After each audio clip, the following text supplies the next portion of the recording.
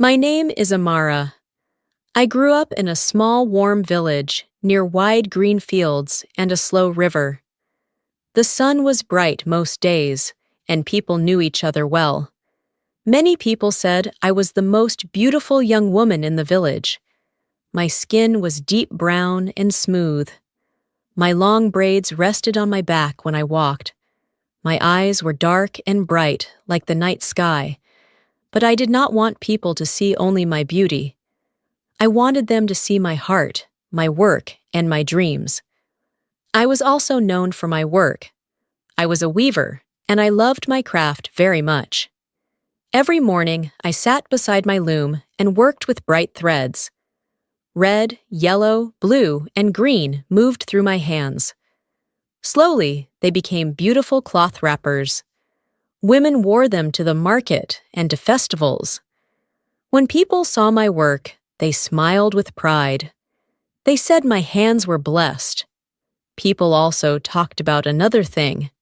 I was still a virgin, and in my village that was very important. Many elders respected me for waiting for marriage. Because of this, many men wanted to marry me. They brought gifts to my family. Some brought yams. Others brought goats, palm wine, or small pieces of jewelry. They hoped their gifts would open my heart. But I was careful with love.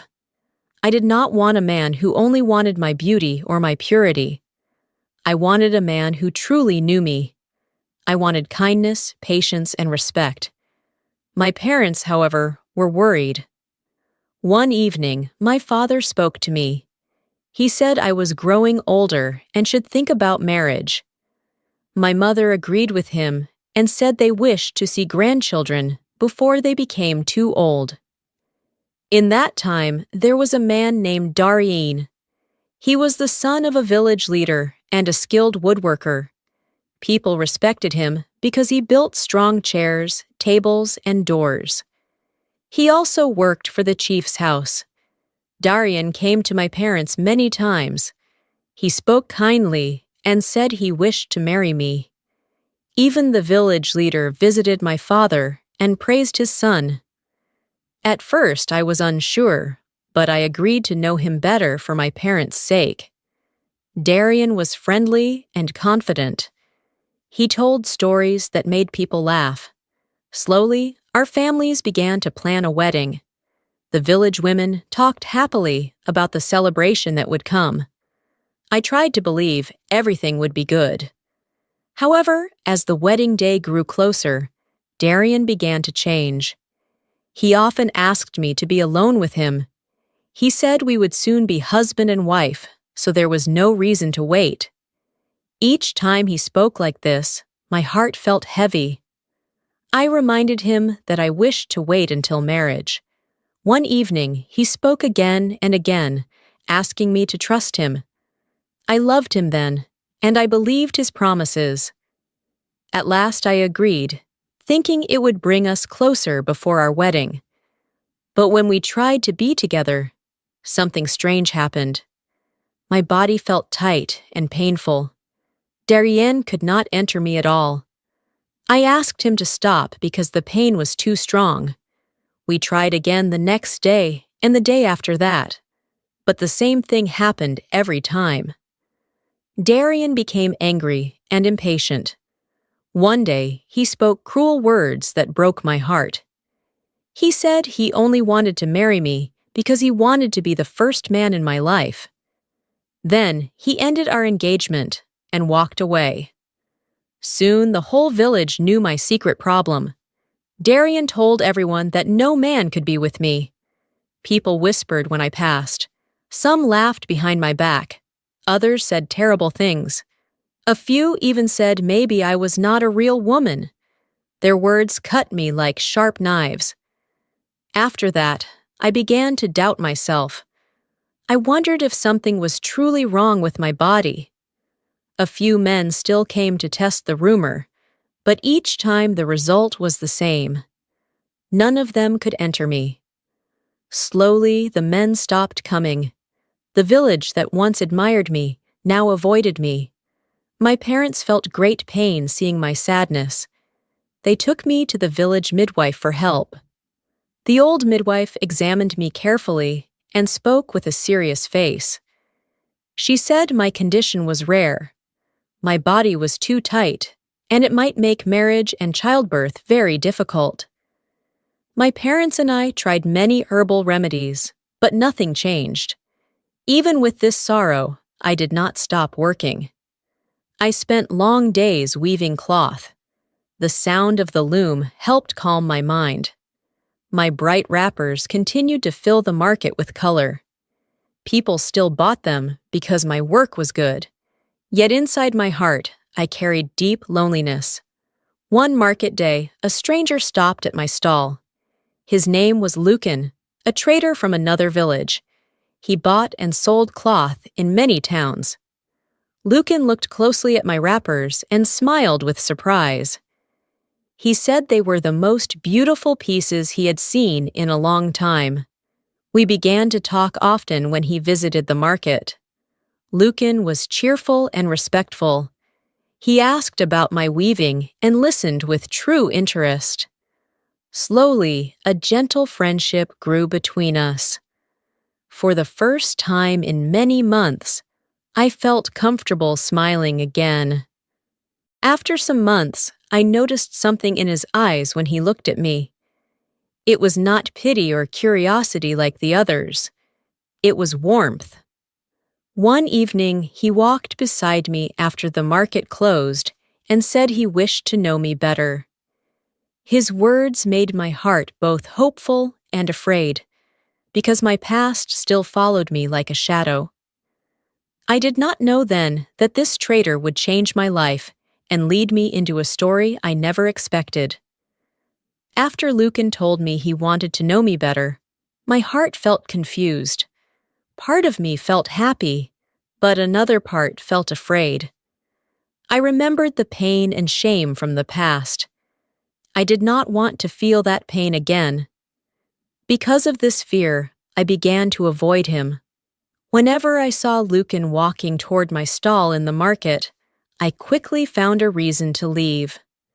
Sometimes I pretended to be busy. Other times I closed my shop early and walked home through another road. I knew this might hurt his feelings, but I did not know how to face him. Lucan noticed my strange behavior. At first he looked confused, but he did not become angry. Instead, he gave me space and continued his work in the market. Still, I could see sadness in his eyes whenever we passed each other. One afternoon, while I was arranging my colorful wrappers in my small shop, Lucan suddenly appeared at the door. I was surprised and almost dropped the cloth in my hands. He spoke softly. "Amara, if I have done something wrong, please tell me. I do not understand why you avoid me." His voice was calm and honest. I could not find any anger in his words. I felt ashamed because he had always treated me with kindness. I looked down at my hands and told him I needed some time to think. Lucan nodded and said he would wait. Before leaving, he said something simple but powerful. "I only want to understand you." For many days after that moment, his words stayed in my mind. I realized that if I continued to hide, the truth would never change. One evening, Lucan invited me to walk with him by the river after the market closed. At first I hesitated, but then I agreed. The sunset that evening was beautiful. The sky was painted with soft orange and pink colors. The water of the river moved slowly and quietly beside us. Lucan turned to me and spoke gently. "Amara, you can trust me. Please tell me what troubles your heart." For a long moment I said nothing. My chest felt heavy and my eyes filled with tears. But something about his calm presence made me feel safe. So I began to tell my story. I told him about Darian and our broken engagement. I told him about the painful nights when my body refused to open. I told him about the cruel rumors in the village and the laughter behind my back. I told him how the midwife said my condition might never change. As I spoke, tears rolled down my cheeks. I felt embarrassed and weak, but I forced myself to finish the story. When I finally stopped speaking, the river was quiet around us. I was afraid to look at Lucan.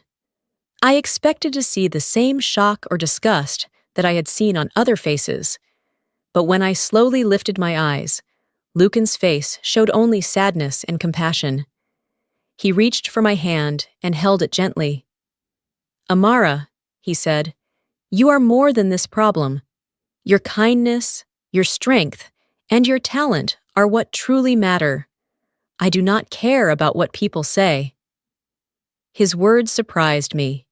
In my life, most men cared only about one thing. They cared about claiming the first night with a woman. But Lucan was speaking about something deeper. He continued, "Love is not only about the body. Love is about trust, respect, and walking through life together. If you allow me, I would like to stay by your side." His words touched a place deep in my heart. For the first time in many years, I felt a small light of hope. From that day forward, Lucan and I spent more time together. We talked while walking through the market. Sometimes we sat beside the river and shared stories about our childhoods. Lucan kept his promise. He never pressured me or asked me to prove my love in ways that made me afraid. Instead, he showed affection through small and gentle actions. Sometimes he brought sweet fruits from other villages. Other times, he helped carry my heavy baskets of cloth to the market. When the day ended, we often sat under the stars and spoke about dreams for the future. Slowly, my heart began to heal. People in the village soon noticed the friendship between us. At first, the villagers were curious. Many of them remembered the rumors about my condition. They whispered to each other and wondered why a successful trader like Lucan would spend time with me. But Lucan never showed shame. He walked proudly beside me in public. He greeted people politely and treated me with respect. Over time, the whispers began to change. Some villagers started to admire the way he cared for me. They saw that our connection was built on patience and understanding. With Lucan's support, my weaving business began to grow even more. He traveled to many nearby villages for trade, and he started bringing my wrappers with him. Soon, women from other towns began asking for my designs. My colorful cloth became known in places I had never visited before. This success brought joy back into my life. My parents were also happy to see me smiling again after so many years of sadness. One evening, Lucan and I sat beside the river once again. The moon was bright above us, and the cool air felt peaceful. I looked at him and said quietly, "You have taught me something very important." Lucan smiled and asked, "What is that?"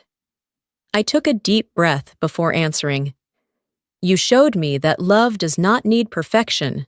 Love only needs acceptance." Lucan squeezed my hand and looked at me with warm eyes.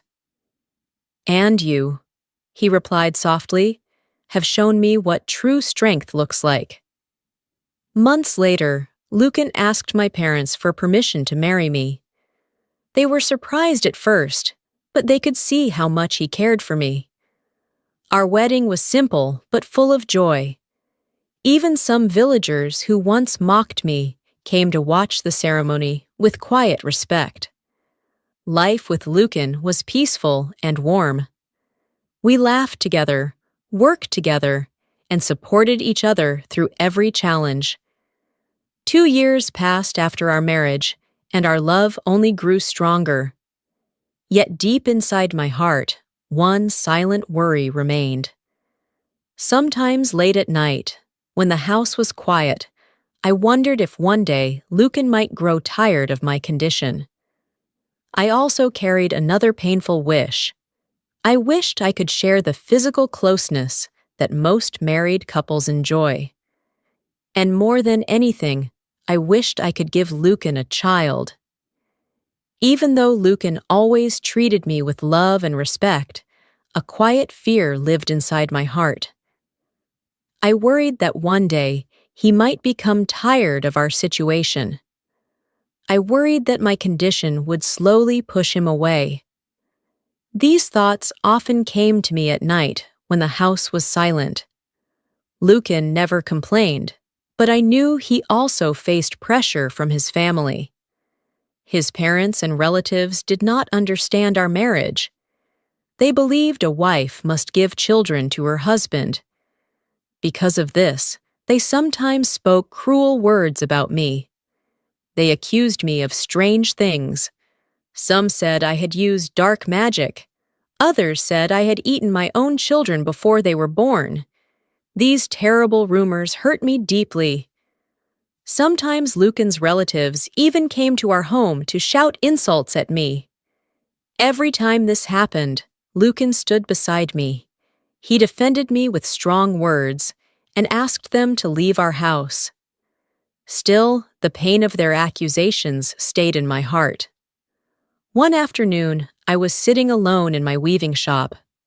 The loom moved slowly as my hands worked, but my mind was heavy. Tears quietly rolled down my face while I worked. At that moment, an old woman walked into the shop. Her clothes were worn and simple. Her hair was gray, and her back was slightly bent with age. She greeted me with a gentle smile. I quickly wiped my tears and welcomed her politely. "Good afternoon, Mama," I said. "How can I help you today?" The old woman looked around the shop at the colorful wrappers hanging on the walls. "My granddaughter will marry soon," she said softly. "I want to buy a wrapper for her wedding gift, but I am a poor woman. Please show me your cheapest ones." I showed her several pieces, but when I told her the prices, I saw sadness appear on her face. She slowly shook her head and prepared to leave. "Thank you, my daughter," she said quietly.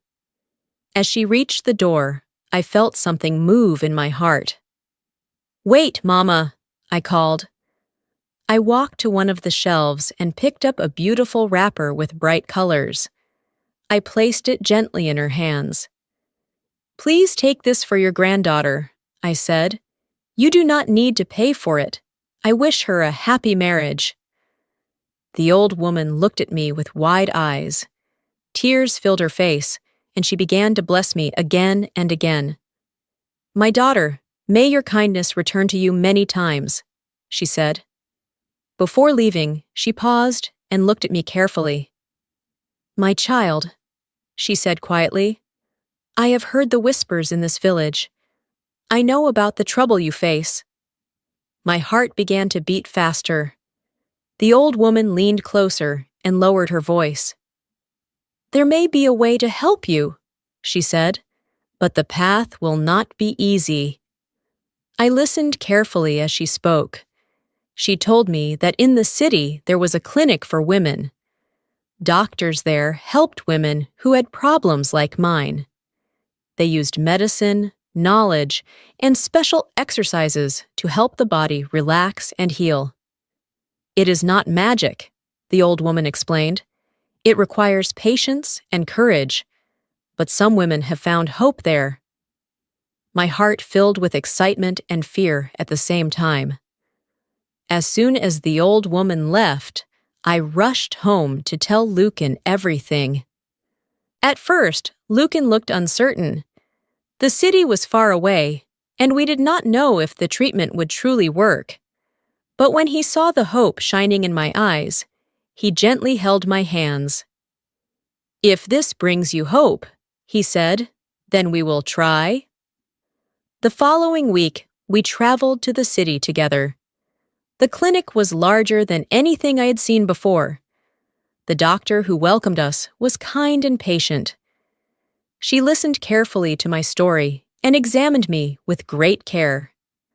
Then she explained my condition in simple words. She said my body had learned to stay tight because of fear and pressure from the past. This problem was not very rare, and many women experienced it. With the right treatment, the muscles could slowly learn to relax. The treatment was not quick or easy. I learned breathing exercises and gentle stretching movements. Sometimes the doctor gave medicine to help my body relax. There were days when I felt frustrated and cried. I worried that nothing would change. But Lucan stayed beside me through every moment. He never rushed me. He never complained. Instead, he reminded me that we were walking this path together. Weeks slowly turned into months. Little by little, I began to feel changes in my body. The fear inside me slowly became smaller. My body started to trust again. After about 6 months of careful work and patience, something beautiful happened. For the first time, Lucan and I were able to share true physical closeness without pain. That moment was gentle and emotional. Afterward, Lucan held me close and whispered how proud he was of me. We continued the treatment for many more months to keep improving my health. Then one day, I noticed something different in my body. After visiting the doctor, I heard words that filled my heart with joy. I was pregnant. Lucan lifted me into his arms and laughed with happiness. Our long journey had finally brought us this miracle. Months later, I gave birth to a healthy baby girl. Our home was filled with laughter and love. 2 years after that, we welcomed a baby boy into our family. The villagers who once mocked me now saw our happiness with their own eyes. Many people apologized for their cruel words. My parents held their grandchildren with great pride. My weaving business also grew even more. With Lucan's help, my wrappers traveled to many villages and markets. One evening, our family sat beside the river, while the children played near the water. I looked at Lucan and smiled. "You never gave up on me," I said softly. Lucan wrapped his arm around me. "And you never gave up on yourself," he replied. As the sun slowly disappeared behind the hills, I realized something important. True healing did not come from magic. It came from courage, knowledge, patience, and love. And together, we had faced the impossible and found happiness. Thank you for listening to my story. If you enjoyed this story, please support my YouTube channel, Cozy English Story. Subscribe, like the video, and share it with your friends who are learning English. Also, leave a comment and tell me where you are listening from. Your support helps this channel grow and allows me to share more warm and simple English stories with you. See you in the next story on Cozy English Story.